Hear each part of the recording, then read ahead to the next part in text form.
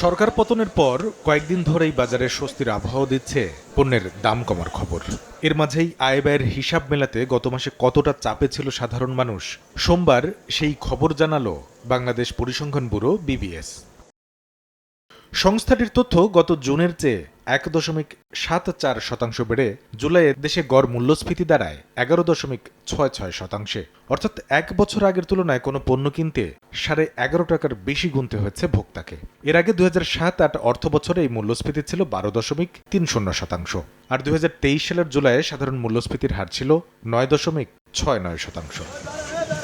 পরিসংখ্যান ব্যুরোর মাসিক এই প্রতিবেদনে জানানো হয়েছে, বেড়েছে খাদ্য মূল্যস্ফীতিও।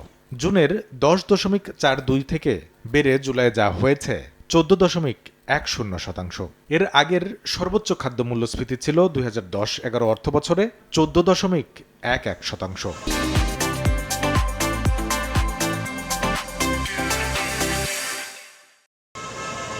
গত মাসে স্বস্তি ছিল না শিক্ষা, স্বাস্থ্য, পরিবহন সহ খাদ্য বহির্ভূত খাতের ব্যয়েও। জুন মাসে যেখানে সব প্রয়োজন মেটাতে এক বছর আগের তুলনায় ৯.১৫% বেশি ব্যয় করতে হয়েছিল, সেখানে জুলাইয়ে তা আরও বেড়ে দাঁড়ায় ৯.৬৮%। কামরুল হাসান সবুজ, সময় সংবাদ, ঢাকা।